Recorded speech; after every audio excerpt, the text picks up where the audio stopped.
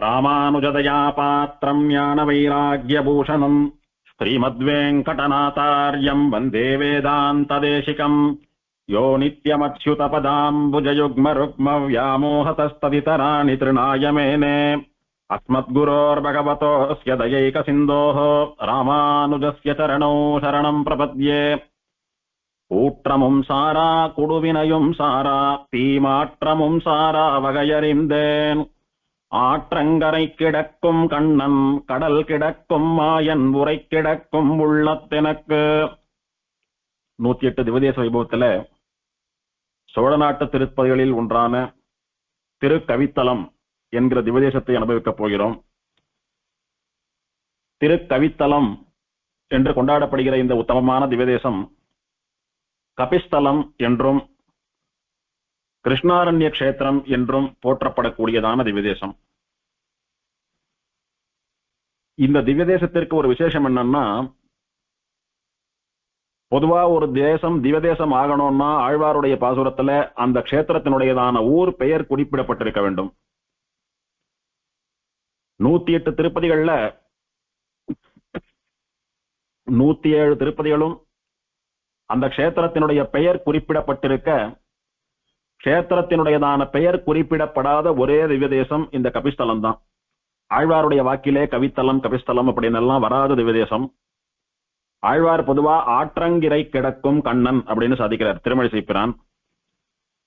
அந்த ஆற்றங்கரையிலே சயனித்துக் கொண்டிருக்கக்கூடிய கண்ணன் இவன்தான் என்பதாக பூர்வாச்சாரியர்களுடைய நிர்ணயம். ஸ்ரீவன் நாதமுனிகள், ஆளவந்தார், எம்பெருமானார் முதலான பூர்வாச்சாரியர்களுடைய நியமனம், அவளுடைய நிர்வாகம், திருமழிசை பிரான் ஆற்றங்கரை கிடக்கும் கண்ணன் அப்படின்னு கபிஸ்தலத்துல சயனிச்சுருக்கிற பெருமாளை தான் சாதிக்கிறார் அப்படின்னு. அதுக்கு என்ன ஹேத்துவா இருக்க முடியும்? எதை கொண்டு சொல்றா? ஆற்றங்கரையில எத்தனையோ பெருமாள் கண்ணனா சேவை சாதிக்கிறா, நிறைய பெருமாள் ஆத்தங்கரையில சயனிச்சுருக்கா. அப்படி இருக்கிற பட்சத்துல இவர் தான் சொல்றதுக்கு என்ன ஹேத்துன்னு பார்த்தால், இவ ஸ்தல புராணத்தை கொண்டு பிரம்மாண்ட புராணத்திலே இந்த கஷேத்திரத்துக்கு வழங்கப்பட்டுள்ள பெயரை கொண்டு நிர்ணயம் பண்ணி இருக்கிறார்கள் அப்படின்னு யூகிக்க முடிகிறது. இந்த கபிஸ்தலம்னு சொல்லக்கூடியது பஞ்ச கிருஷ்ண கஷேத்திரங்களில் ஒன்று. கண்ணனுடைய கஷேத்திரங்கள் அப்படின்னு 5 கஷேத்திரங்கள் உண்டு. 5க்குமே கிருஷ்ணாரண்ய கஷேத்திரம்னு பேரு. அரண்யம் அப்படின்னா வனம், காடு. கண்ணனுடையதான வனம், கண்ணன் திருவடிப்பட்ட காடு.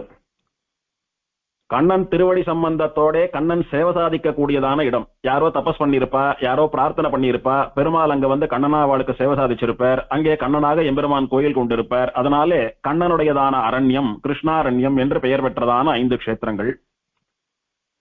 எதெல்லாம் அந்த பஞ்சகிருஷ்ண கஷேத்திரங்கள்னு பார்த்தால், திருக்கண்ணபுரம் சௌரி பெருமாளுடையதான கஷேத்திரம் 1, திருக்கண்ணமங்கை பக்தவத்சல பெருமாளுடையதான கஷேத்திரம் 2, திருக்கண்ணங்குடி லோகநாத பெருமாளுடைய கஷேத்திரம் 3, திருக்கோவலூர் தேவடேச பெருமாளுடைய கஷேத்திரம் 4, 5வதாக கபிஸ்தலம்னு சொல்லக்கூடிய திருக்கவித்தலம் கஜேந்திர வரதராஜ பெருமாளுடையதான கஷேத்திரம் 5. இப்படி இந்த 5 கஷேத்திரங்களும் கிருஷ்ணாரண்ய கஷேத்திரங்கள், அதாவது கண்ணன் காடுகள் அப்படின்னு பேரு. ஆழ்வார் இங்கே ஆற்றங்கரை கிடக்கும் கண்ணன் அப்படின்னு சாதிக்கிறார். காவிரி ஆற்றங்கரையிலே, காவிரி ஆற்றுக்கும் கொள்ளிட ஆற்றுக்கும் நடுவே இங்கே பெருமாள் சயன திருக்கோலத்துல சேவை சாதிக்கிறான். அதனாலே ஆற்றங்கரை கிடக்கும் கண்ணன் என்பது கிருஷ்ணாரண்ய கஷேத்திரமானபடியினாலே இவன் கண்ணன் அப்படின்ற நிர்ணயத்தோடு கூட பூர்வாச்சாரியர்களுடைய திருவுள்ளம் திருமழிசை பிரான் இவர் தான் கொண்டாடினார் அப்படின்னு. இதை திவ்ய பிரபந்த வியாக்கியானத்திலே பெரியவாச்சான் பிள்ளை தெரிவிக்கிறார். ஆற்றங்கரை கிடக்கும் கண்ணன் அப்படின்னா கபிஸ்தலம் கஜேந்திர வரதராஜ பெருமாள் என்று நம்முடைய பூர்வாச்சாரியர்கள் திருவுள்ளம் அப்படின்னு. பெரியவாச்சான் பிள்ளை காலத்துக்கு முன்னாடியே பிள்ளை பெருமாள் ஐயங்காரும் கூட ஆச்சரியமாக தன்னுடைய 108 திருப்பதி அந்தாதியிலே கபிஸ்தலம் கவித்தலம் என்றே இந்த திவ்யதேசத்தினுடைய பெயரை கணக்கிட்டிருக்கிறார். ஆனபடியினாலே அந்த ஆற்றங்கரை கிடக்கும் கண்ணன் கபிஸ்தலம் கஜேந்திர வரதராஜ பெருமாள் தான் அப்படின்னு சம்பிரதாயம். கபிஸ்தலம் அப்படின்னா என்ன? கபி அப்படின்னா வானரம், குரங்கு. கபிஸ்ரேஷ்டன், கபி சார்வபௌமன் அப்படின்னு ஹனுமாருக்கு ஆஞ்சநேயருக்கு திருநாமம். குரங்குகளிலே சிரேஷ்டமானவன், குரங்குகளிலே உத்தமமா பரம பக்தியோடு கூட பரம பாகவதோத்தமனாக இருக்கக்கூடியவன், குரங்குகளிலே கைங்கரிய ஸ்ரீமானா இருந்து ஸ்ரீராமனுக்கு கைங்கரியம் பண்ணியவன், கபி சார்வபௌமன், குரங்குகளுக்கெல்லாம் சக்கரவர்த்தியாம். அண்ட சராசரங்கள்ல எங்கெல்லாம் குரங்குகள் உண்டோ அத்தனை குரங்குகளுக்கும் ஒரே ராஜாவாக இருக்கக்கூடியவன். ஏன்னா அண்ட சராசரத்திற்கும் சார்வபௌமனா சக்கரவர்த்தியா இருக்கக்கூடிய பெருமாள் ஸ்ரீராமனுக்கே கைங்கரியம் பண்ணணும். அதனால அந்த குரங்கு குலமே கடைத்தேறித்தான். நம் குலத்தில் ஒருவன் பகவானுக்கு நிரந்தர சேவை பண்ணக்கூடியவனாக, பகவானுடைய வாகனமாக, பகவானுடைய தொண்டனாக ஆனானே. பகவான் எல்லாரையும் வைகுண்டத்துக்கு அழிச்சுட்டு போறச்ச ராமநாமமும் ராம பிரபாவமும் ஸ்ரீமத் ராமாயணமும் ஒழிக்காத வைகுண்டமும் எனக்கு வேண்டாம். எங்கு ராமநாம பிரபாவம் கேட்கிறதோ, எங்கு ராமநாமம் ஜபிக்கப்படுகிறதோ, எங்கு ராமன் கொண்டாடப்படுகிறானோ, எங்கு ராமாயணம் வாசிக்கப்படுகிறதோ அதுதான் எனக்கு வைகுண்டம். அந்த ஸ்ரீராமனுடையதான திருவடிப்பட்ட இந்த பூலோகத்திலே நான் சிரஞ்சீவியாக இருந்து கொண்டிருக்கிறேன்னு சொல்லி பரம ராமபக்தனாக விளங்கினானே அந்த கபிசார்வபௌமன், குரங்குகளின் குலத்துக்கு ஒரு அரசன், குரங்குகள் குலமெல்லாம் கடைத்தேறும்படியாக வந்து பிறந்த ஒருவன், அந்த கபி சிரேஷ்டன், கபி சார்வபௌமன் அப்படின்னு சொல்லக்கூடிய ஹனுமான் இருக்கிறானே, அந்த ஹனுமான் இந்த க்ஷேத்திரத்திலே வந்து தபஸ் பண்ணி பெருமாள் அவனுக்கு பிரத்யட்சமாகி சேவை சாதித்ததான ஸ்தலம். அதனால கபி தபஸ் பண்ணின ஸ்தலம் கபிஸ்தலம், கபிக்கு பெருமாள் பிரத்யட்சமாகி சேவை சாதித்த ஸ்தலம் கபிஸ்தலம். ஹனுமார் என்ன தபஸ் பண்ணினார் அப்படின்னா, ஹனுமாருக்கு கஜேந்திர வரதனை சேவிக்கணும்னு ஆசை. அதாவது கஜேந்திர மோட்ச வைபவத்தை நேரிலே சேவிக்க ஆசை. ஒரு பக்தனானவன் ஒரு ஆபத்திலே துயருற்று துடித்து எம்பெருமானை நோக்கி அழைக்கிற போது எம்பெருமான் எப்படி அந்த க்ஷணத்திலே வந்து நின்று அத்தனை வேகமாக ரட்சிக்கிறான் அப்படின்னு சொல்லக்கூடியதான அந்த வைபவத்தை பக்தர்களுக்காக எம்பெருமான் அரைகுலைய தலைகுலைய ஓடோடி வந்து ரட்சிக்கக்கூடியதான அந்த வேகத்தை சேவிக்கணும்னு ஹனுமாருக்கு ஆசை. ராவண சம்ஹாரம் எல்லாம் ஆகி யுத்தம் எல்லாம் முடிஞ்சு போயிடுத்து. சமயத்துக்கு போலன்னா பரதன் தீக்குளிப்பான் அப்படின்னு பிரதிஜை பண்ணிட்டு இருக்கான். அதனால உடனே பரதனுடையதான ஸ்தானத்துக்கு போய் அவன் அந்த மாதிரி பண்ண விடாதல் தடுத்து ஆட்கொள்ள வேணும். தான் போய் பட்டாபிஷேகம் பண்ணிக்கணும்.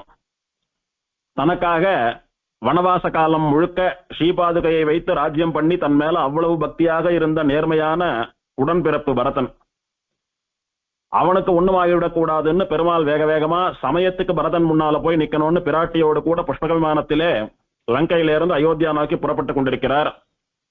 பெருமாள் பிராட்டிய சேர்த்தியா சேவிச்சுட்டு அவளுடைய அனுகிரகம் பெற்று ராம கைங்கரியம் பண்ணினவா அத்தனை பேரும் அவாவா ஊரை பார்த்து போயிட்டு இருக்கா. ஹனுமார் எம்பெருமான் மேல ஏற்பட்டக்கூடிய பக்தியினாலே எம்பெருமானுடைய க்ஷேத்திரங்கள் தோறும் போய் அவனை சேவித்துக் கொண்டு அனுபவித்துக் கொண்டிருக்கிறான். அயோத்தியில போய் ராமனுக்கு பட்டாபிஷேகம் ஆச்சு. அங்க போய் பட்டாபிஷேகத்துல கூட இருந்தான், கைங்கரியம் பண்ணினான், சேவித்தான், அனுபவித்தான், எல்லாம் ஆச்சு. ஆகி பெருமாள் ராஜ்யம் பண்ணி கொண்டிருக்கிற நாள்ல ஹனுமானாகப்பட்டவன் எம்பெருமான் எழுந்தருள் இருக்கக்கூடிய க்ஷேத்திரங்கள் எல்லாம் பக்தி பண்ணிட்டு வரான். ராமாவதாரம் முடிந்து பெருமாள் வைகுண்டத்துக்கு போயிட்டார்.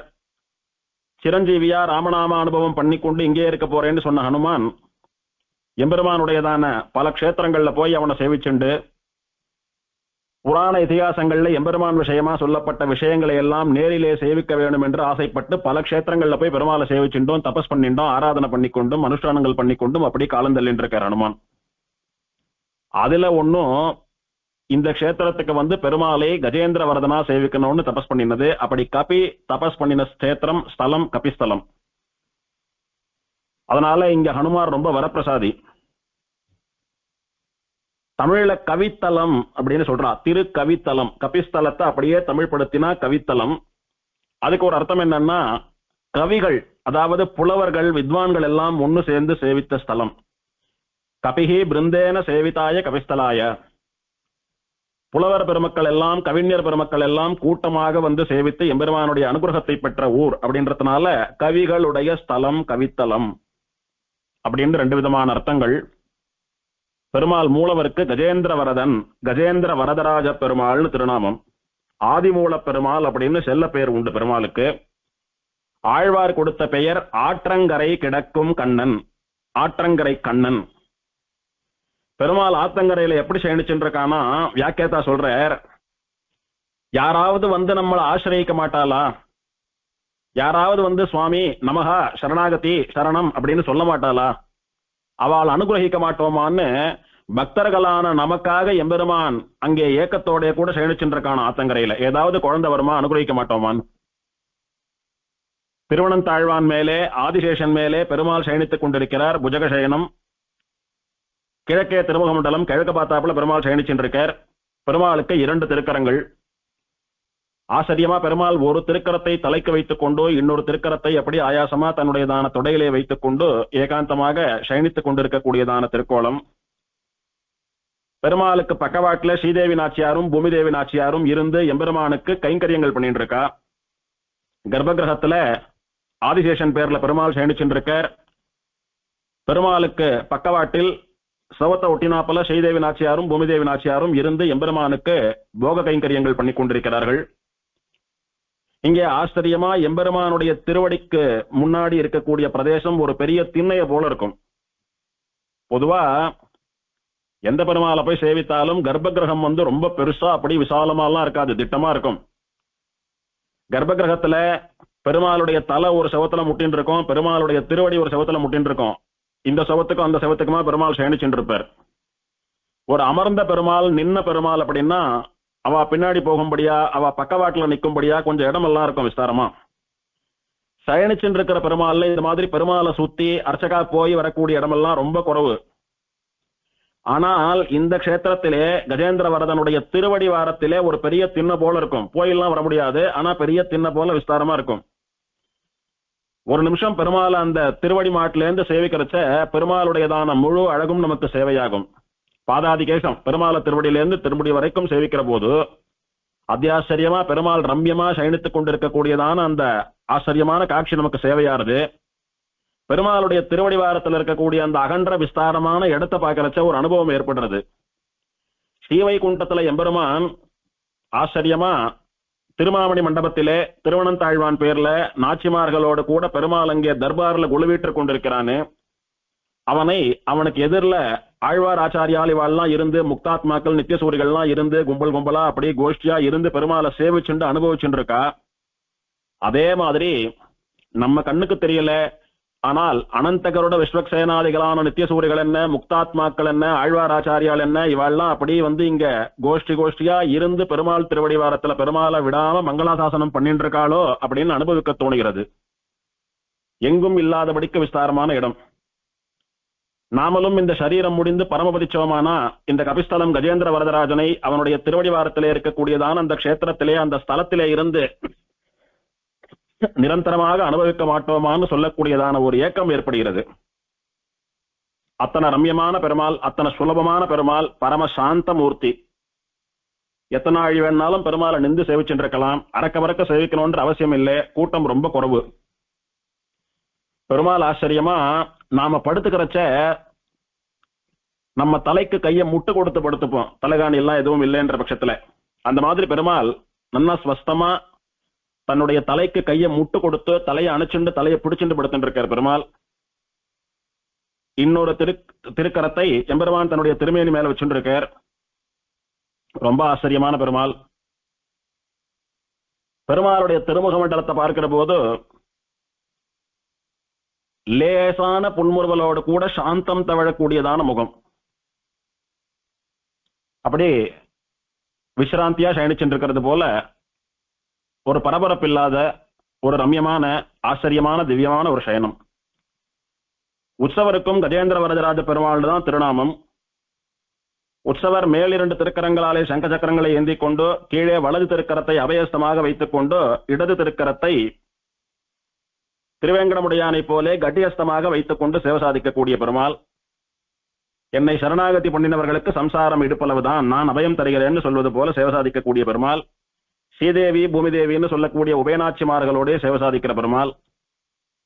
தாயாருக்கு ரமாமணி வள்ளி அப்படின்னு திருநாமம். ரமாமணி வள்ளி நாச்சியார் அப்படின்னு திருநாமம். ரமா அப்படின்னா பொதுவா லக்ஷ்மின்னு அர்த்தம். ஆனா இந்த இடத்துல ரமா அப்படின்னா பெண் அப்படின்னு அர்த்தம், ஸ்திரீன்னு அர்த்தம். மணி அப்படின்னா ரத்தனம், ஸ்திரீ ரத்தனமான தாயார். பெண்கள்ல யார் ரத்தனம் போல பிரகாசிக்கிறவான்னா தாயார் தான். பெண்கள் குலத்திற்கு ஒரு சிரேஷ்டை. ஸ்திரீகள்ல உத்தமமான ஸ்திரீ யாருன்னு கேட்டா, பரபிரம்மம் யாருன்னு கேட்டா தாயார் தான். அதனால ரமாமணி, நாரிமணின்னு சொல்லுவா. அதாவது மங்கையர் குல திலகம். அந்த மாதிரி பெண்கள் குலத்திற்கு ஒரு ரத்தனம் போலே பிரகாசிக்க கூடியவளாய், கொடியை போன்று மெல்லிதாக வளைந்து நெளிந்திருக்கக்கூடிய திருமேனியை உடைய பேரழகி ரமாமணி வள்ளி தாயார்னு திருநாமம் தாயாருக்கு. பொற்றாமரையால் அப்படின்னு ஒரு பேரும் உண்டு. ஏன்னா மூலவர் தாயார் இங்கே புஷ்பத்திலே அமர்ந்து கொண்டிருக்கிறாள். தாமரை புஷ்பம், சொர்ண தாமரை புஷ்பத்திலே அமர்ந்து கொண்டிருக்கக்கூடிய தாயார். அதனால தாயாருக்கு புஷ்பவல்லி, பொற்றாமரையால் அப்படின்னு திருநாமம். தாயார் பொதுவா எல்லா தாயாரை போலவும் மேல் 2 திருக்கரங்களாலே புஷ்பத்தை ஏந்தி கொண்டு, கீழ் 2 திருக்கரங்கள் அபயஹஸ்தமும் வரதஹஸ்தமும் கொண்டு சேவை சாதிக்கக்கூடிய நாச்சியார். உற்சவர் தாயாரும் கூட மூலவரை போலவே எந்த வித்தியாசமும் இல்லாமல் அதே திருக்கோலத்தோட சேவை சாதிக்கக்கூடியவள். உற்சவரான கஜேந்திரவர்தன் எம்பெருமானுக்கு அனுகுணமான ரூப சௌந்தரியமுடைய சுலபமான நாச்சியார். விமானம் ககனாகிருதி விமானம்னு சொல்லக்கூடியதான விமானம் வியோம விமானம் அப்படின்னும் பேரு. ககனம் அப்படின்னாலும் வியோமம் அப்படின்னாலும் ஆகாசம் அப்படின்னு அர்த்தம். ஆகாசத்தளவு புகழ் வளர்ந்திருக்கக்கூடிய, பெருமை வளர்ந்திருக்கக்கூடிய விமானம்.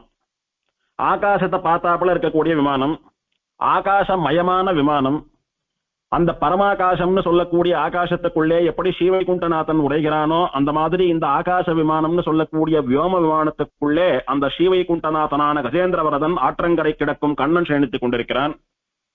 அதனாலே ஆகாச ரூபமாக திகழக்கூடிய விமானம் ககனாகிருதி விமானம் அல்லது வியோம விமானம்னு பேரு. தீர்த்தம் கஜேந்திர புஷ்கரணின்னு ஒரு தீர்த்தம், கபில தீர்த்தம்னு ஒரு தீர்த்தம்.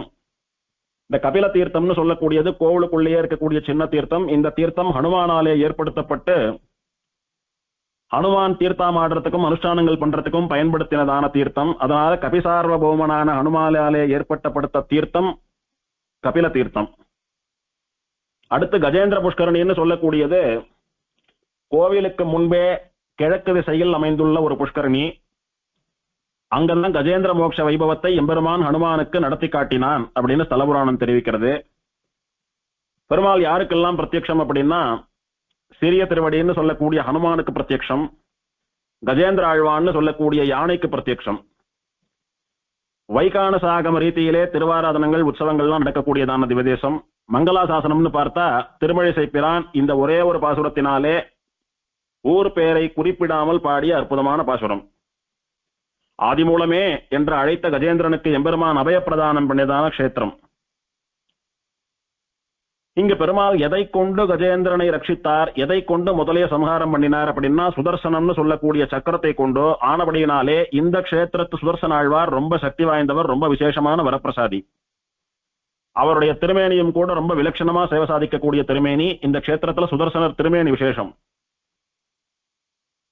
இங்கு கஜேந்திர மோட்ச வைபவம் தான் பிரதானம் அப்படின்றபடினால அதுக்காக தான் பெருமாள் வந்து சயனிச்சுருக்கார். அப்படின்றதுனால பெருமாளை சேவிச்சுட்டு பெருமாள் சன்னதியிலிருந்து வெளியில வந்தோமானா வலதுபுறத்துல ஒரு சன்னதியில கஜேந்திர மோட்ச வைபவம்னு சொல்லக்கூடியதான ஒரு சின்ன சன்னதி உண்டு. அங்கே கருடன் மேல பெருமாள் அப்படியே 2 பக்கம் காலை தொங்க போட்டு உட்கார்ந்து இருப்பார். கருட சேவையில பெருமாள் கஜேந்திரவர்தனா உட்கார்ந்து இருப்பார். பெருமாளுக்கு முன்னாலே முதலையனுடைய வாயிலே காலை விட்டு அகப்பட்டு கொண்டிருக்கிற யானையை பார்க்கலாம். அந்த யானை துதிக்கையை உயர்த்தி ஆதிமூலமேன்னு கூப்பிடுறத பார்க்கலாம். அப்படி கஜேந்திர வரத வைபவத்தையே ஒரு தனி சன்னதியா பண்ணி வச்சிருக்கா. தெரியணுன்றதுக்காக ஸ்வர்ண கவச்சம் எல்லாம் சாத்தி வச்சிருக்கா. அந்த பெருமானையும் சேவித்து அனுபவிக்கலாம். ஸ்தலபுராணம்னு பார்த்தால் பெருசா விசேஷமா ஒன்னும் புராண ஸ்லோகங்கள்லாம் கிடைக்கல. கர்ண பரம்பரையா சொல்லி கொண்டு வருகிறதான ஸ்தலபுராணம். இந்திரத்யும்னன் அப்படின்னு ஒரு பாண்டிய தேசத்து ராஜா, பெரிய ராஜா, சக்கரவர்த்தி, பேரரசன். அவன் சிறந்த விஷ்ணு பக்தன். எப்போதும் பெருமாளுடையதான மந்திரங்களை ஜபித்துக் கொண்டு எம்பெருமானை நோக்கி தபத்திலே ஆழ்ந்து கொண்டிருப்பவன், பகவத் சிந்தனையிலேயே எப்போதும் இருப்பவன். ஒரு சமயம் அவன் தன்னையும் மறந்து எம்பெருமானுடையதான தியானத்திலே நிஷ்டையிலே ஆழங்கால் பட்டு ஈடுபட்டுக் கொண்டிருந்த போது அவனை பார்ப்பதற்காக துர்வாச முனிவர் அங்கு வந்தார்னு சொல்றா. சில பேர் அகஸ்திய மகரிஷின்னு சொல்றா. வந்தவர் துர்வாசர் அல்லது அகஸ்தியர்னு 2 விதமான புராணங்களும் சொல்லப்படுறது. தீவிரமா பெருமாளுடைய திருமேனியை தன் மனசிலே தியானம் பண்ணிக்கொண்டு மந்திரோச்சாரணம் பண்ணிக்கொண்டு ஆழங்கால் பட்டு நிஷ்டையிலே இருக்கிறபடினால இந்த ராஜாவினுடைய இந்திரத்யும்னனுடைய நிஷ்டை கலையவே இல்லை. இந்த ராஜாவானவன் ரிஷி வந்ததை கவனிக்கவே இல்லை. ரிஷி வந்தா என்ன பண்ணணும், என்ன பண்ணிட்டு இருந்தாலும் விட்டுட்டு எழுந்துக்கணும், கை கூப்பணும், சேவிக்கணும், வரவேற்கணும். அதெல்லாம் பண்ணாம தன்னை மீறியவன் அப்படியே ஆழங்கால் பட்டு நிஷ்டையில் இருக்கிறத பார்த்து துர்வாசருக்கு அல்லது அகஸ்தியருக்கு இவன் தான் சிறந்த பக்தன், தான் பண்ணிட்டு இருக்கிற காரியம் வசந்த காரியம், அதுக்கு முன்னால இவெல்லாம் ஒண்ணுமில்லைன்னு நம்மளை அவமானப்படுத்தும்படியாக இவன் நிஷ்டையில இருந்து கொண்டிருக்கிறான், நம்மளை வா திறந்து வான்னு சொல்லல, வரவேற்கல அப்படின்னு கோபம் வந்துடுத்து ரிஷிக்கு.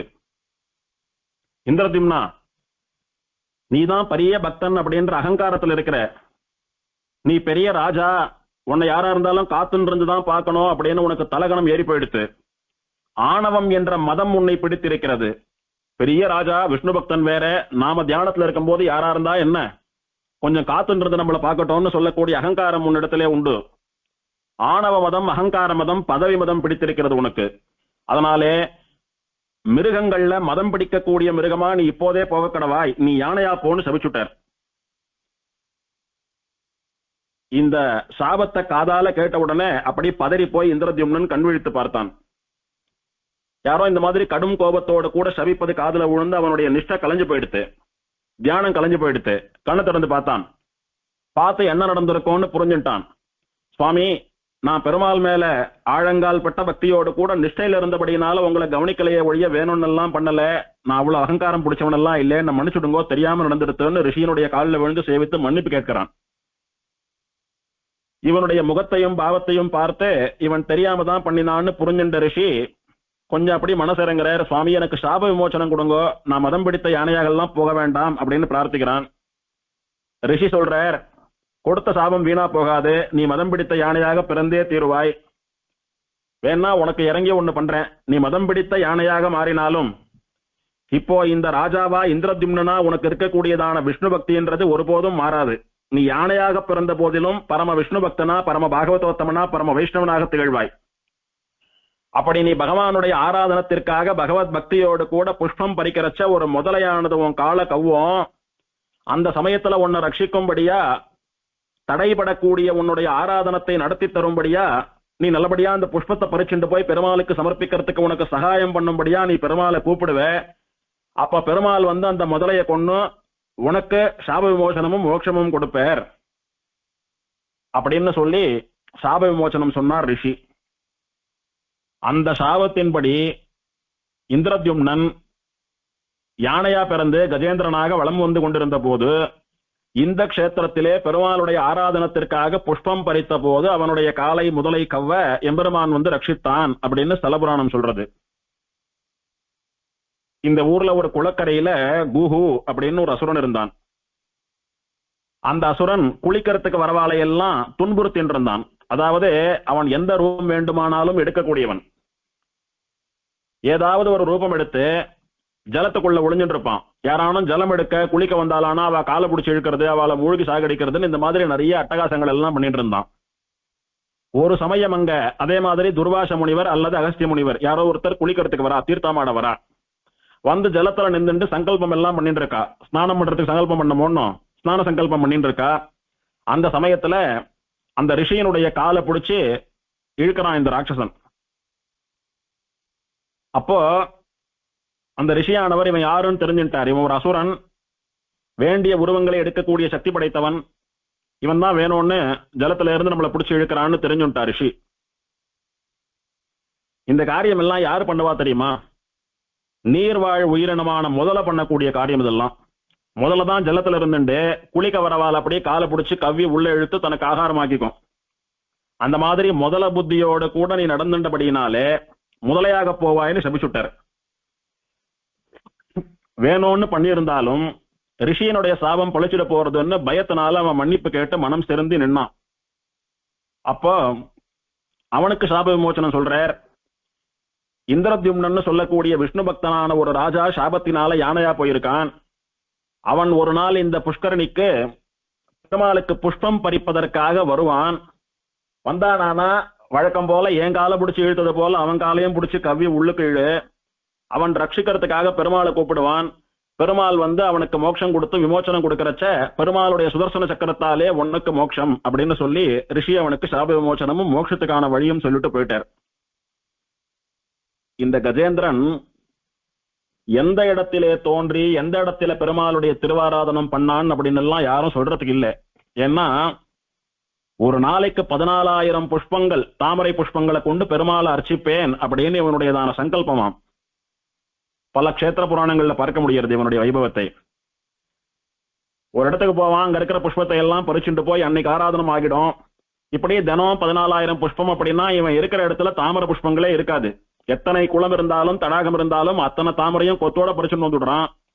திரும்பவும் தாமரை பூக்கணும், நாழியாகும், நாளாகும்.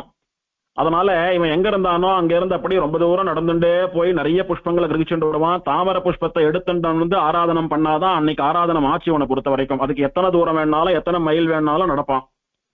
பொதுவா யானைகள்லாம் ஒரு நாளைக்கு பல மைல் நடந்தாதான் அதனுடைய ஆரோக்கியத்துக்கு நல்லதுன்னு சொல்ற. அதனால யானைகளுக்கெல்லாம் மைல் கணக்கில் நடக்கிறதுன்றது சாதாரண விஷயம். அதுங்களுக்கு அதெல்லாம் ஒரு பெரிய விஷயம் இல்லை. அதுங்க சாப்பிடக்கூடிய ஆகாரத்துக்கும் அதுங்களுடைய உடம்பு வாட்டத்துக்கும். இப்படி பல தூரம் வந்தான். ஒரு முறை இந்த ஊருக்கு வந்து இந்த புஷ்கரணியிலே புஷ்பத்தை பறித்துக் கொண்டிருந்த போது உள்ளே சாபத்தினாலே முதலையாக கிடைக்கிற அந்த குஹுன்னு சொல்லக்கூடிய அரக்கன் அந்த முதலை இந்த கஜேந்திரனுடைய காலை பிடித்து கவ்வி இழுக்கிறது. முதல்ல தன்னுடைய காலை பிடிச்சிடுத்தோ அதுகிட்ட இருந்து தன்னை காப்பாத்திக்கணும்னு எத்தனையோ போராடினான். ரத்தம் சுட்டுறது, மாம்சம் பிண்டமா தனியா வர்றது, இப்படி பல நாள் ஆயிரக்கணக்கான வருஷங்கள் போராட்டம் நடக்கிறது. இருந்தாலும் இந்த புஷ்பத்தை கொண்டு பெருமாளை ஆராதனம் பண்ணியே தீர்வது அப்படின்ற உறுதியோடு கூட கஜேந்திரன் ஆன மட்டும் போராடிட்டு இருக்கான். இவனை வந்து உண்டு இல்லைன்னு பண்ணினாதான் பெருமாள் வருவர், வந்தாதான் சாப விமோச்சனம்ன்ற ரகசியத்தை தெரிஞ்சின்றபடியினாலே முதலையானது பிடிச்சி இழுத்துட்டு இருக்கு. யார் ஜெயிக்கிறா, யானையா முதலையான்னு போராட்டம். யானைக்கு நிலத்திலே தரையிலே பலம் அதிகம். முதல்ல கரைக்கு வந்துதானா யானை ஜெயிச்சிடும். யானையாகவே இருந்தாலும் நீர்ல முதலைக்கு பலம் அதிகமானபடியினாலே ஜலத்துக்கு போச்சுன்னா முதல்ல ஜெயிச்சிடும், யானை தோத்து போயிடும். ரெண்டும் இல்லாதபடியா ரெண்டும் மாட்டின்னு அவஸ்தப்பட்டு இருக்கு. இந்த சமயத்திலே வேறு வழி இல்லாமல் ஆபத் சகாயனா, ஆபத் காலத்திலே நமக்கெல்லாம் வந்து உதவக்கூடியவனா, ஒரே ஆத்ம பந்துவாக இருக்கக்கூடிய எம்பெருமான் ஸ்ரீமன் நாராயணனை சரணாகதி பண்ணிவிட வேண்டியதுதான், வேற வழியே இல்லை. பிரபோ ஜகத்காரணா, ஆதி மூலமே என்னை காப்பாத்து அப்படின்னு இந்த கஜேந்திரனானவன் அப்படியே துதிக்கையை தூக்கி உரத்த குரல்ல மானசீகமா சரணாகதி ரூபமா எம்பெருமான நோக்கி கூட்டான்.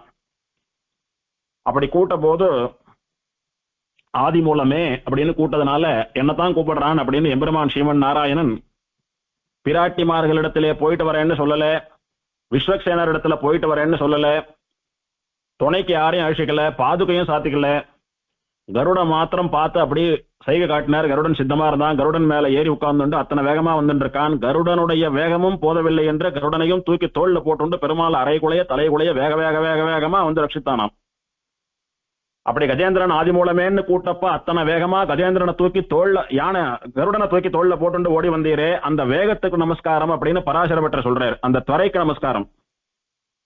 நீ ரட்சிச்சதுக்கோ உனக்கோ நமஸ்காரம் இல்லை. நம்முடைய பக்தன் சிரமப்படுறான், அவனை உடனே போய் ரட்சிக்கணும், தாமதம் பண்ணக்கூடாதுன்னு நீர் ஓடி வந்தீர் பாரு, அந்த வேகத்துக்கு நமஸ்காரம்னு பட்டர் சாதிக்கிறார் சகசரநாம பாஷ்யத்துல, பகவத்குண தர்ப்பணத்துல. அப்படி ஆச்சரியமா எம்பெருமான் வந்து ஒரு க்ஷணம் நின்றான். எல்லாரும் பார்த்தா பெருமாள் வந்த வேகத்துல உடனே முதலே சம்ஹாரம் பண்ண போறாருன்னு பார்த்தா, ஆனா பெருமாள் ஒரு நிமிஷம் நின்று யோசித்தான் பொறுமையா. யோசித்து அதற்கப்புறம் தன்னுடைய கையில் இருக்கக்கூடிய சுதர்சன சக்கரத்தை பிரயோகம் பண்ணினான். முதலையனுடைய கழுத்து தனியா போயிடுத்து, யானையினுடைய கால் பாதுகாப்பா வெளியில வந்தது. யானைக்கு விமோசனம் கொடுத்து யானையினுடைய புஷ்பத்தை ஆராதனத்தை ஏற்றுக்கொண்டு யானை பிரார்த்திக்க அந்த கஜேந்திரனுக்கு மோட்சமும் கொடுத்தான் எம்பெருமான். ரிஷி சொன்ன சாப விமோசனத்தின்படி முதலையாயிருந்த அசுரனுக்கும் எம்பெருமான் கையால சம்ஹாரமானபடியினாலே அவனுக்கும் மோட்சம் கிடைத்தது. அத்தனை வேகமா வந்த பெருமாள், கருடனையும் தூக்கி தோல்ல போட்டு வந்த பெருமாள் உடனே சம்ஹாரம் பண்ணாம ஏன் ஒரு க்ஷணம் நின்று தாமதம் பண்ணினார் அப்படின்னா, ஆயிரக்கணக்கான வருஷமா சண்டை நடந்துட்டு இருக்கு. எத்தனை முடியுமோ அத்தனை போர்ஸா யானையினுடைய காலை பிடிச்சு முதல்ல உள்ளுக்கு இழுத்துட்டு இருக்கு. யானையினுடைய ஒரு கால் கிட்டத்தட்ட பாதி கால் முதல வாயில மாட்டின்னு இருக்கு. இப்போ முதலைய கண்ணாபின்னான்னு சம்ஹாரம் பண்றேன்னு சக்கரத்தை ஏவினா உள்ள இருக்கிற யானையினுடைய காலுக்கும் சேர்ந்து பாதிப்பு ஏற்படும். ஏற்கனவே அது பாவம் அத்தனை வருஷம் ஜலத்துல இருந்து கால் அழுகி போய் ரத்தம் சொட்ட சொட்ட மாம்சம் எல்லாம் பிஞ்சு போய் அவஸ்தப்பட்டு இருக்கு. முதலையினுடைய பற்கள்லாம் ரம்ப மாட்டமா இருக்கக்கூடியது.